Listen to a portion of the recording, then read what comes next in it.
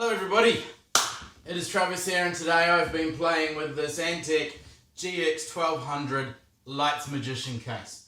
This is a case that I have gotten for myself that I want to use for a water cooling build, and I thought I'd give you a really quick look at it.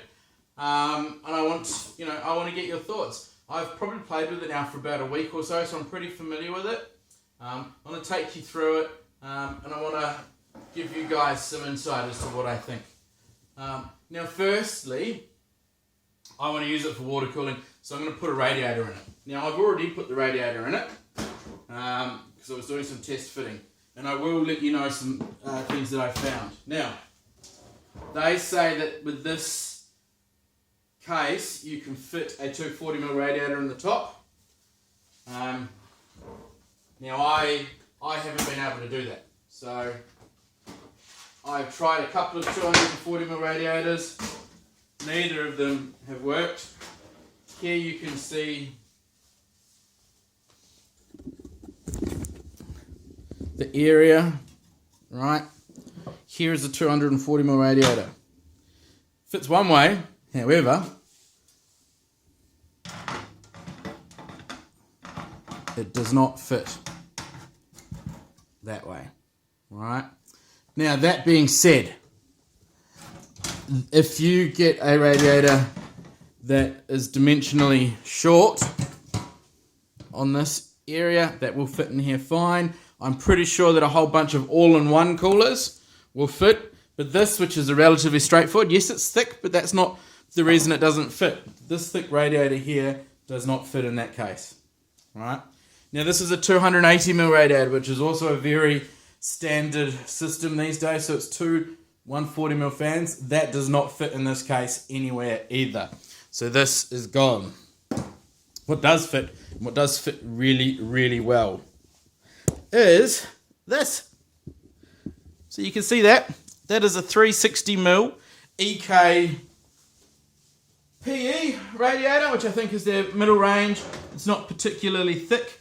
That's probably just over an inch or so, but with their system, which you can see here, so there's three fans. They only give you two. I had to add that one in, but the two RGB fans work wonderfully with this. Now, it gives you a lot of space in the case.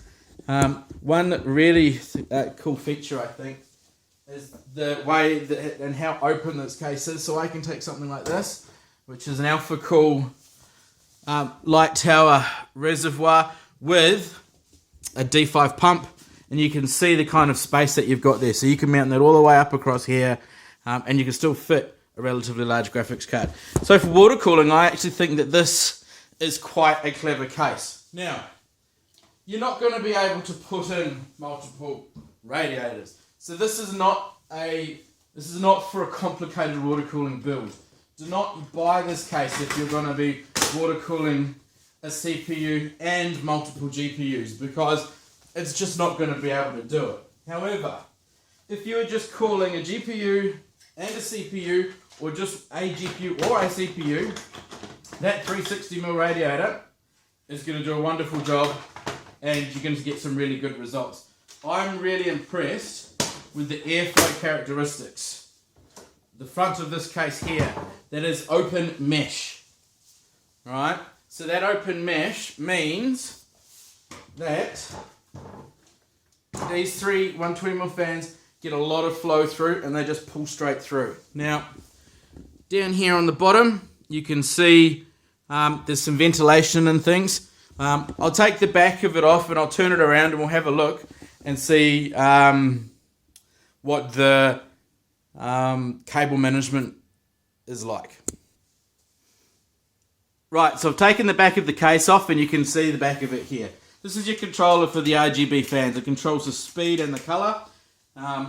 This is your SSD mounting space. I believe you can mount SSDs here as well. This is where your power supply goes.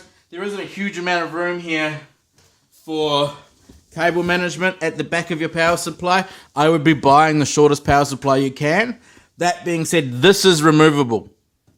So if you want to go or if you want to repurpose where your 3.5mm hard drive is going to go, there is facility here for 3, but if you want to repurpose that and mount it on the back or something, you can, and then you can take that out and you can put a much bigger power supply in. But everything's so power efficient these days, the days of needing 1,000 watt power supplies are gone. There's heaps of these little mounting points. So I'd say the cable management in this case is excellent. It is deep enough as well, right? So I can fit my screwdriver in there to give you an idea of how thick my screwdriver is. It is deep enough as well to give you good clearance for your cables and things. Again, mesh through.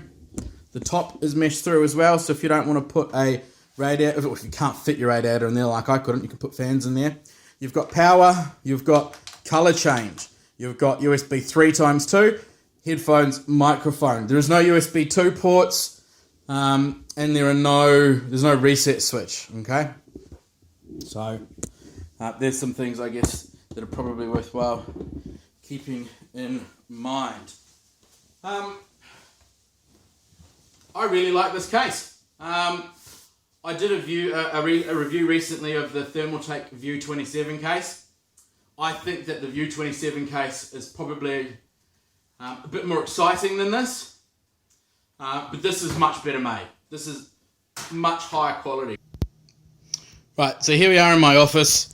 I literally just jerry-rigged something together so you can actually see the fans here.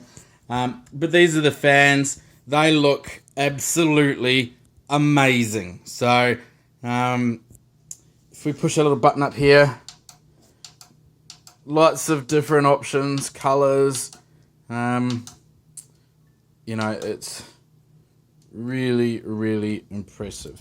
Let me just chuck the front on so you can get a bit of a feel for that. Right, so here it is with the front on. Obviously, it's actually quite high light in my office here, so you have to bear with me. But as you can see, they do a good job. Lots of airflow into the case as well, which is really important. But I think these are quite good. I actually bought the Thermaltake RGB Premium fans, and I reckon these are probably a couple of steps ahead. I'm quite keen to try the Corsair ones as well, but this gives you an idea of the fans anyway. So, thanks guys.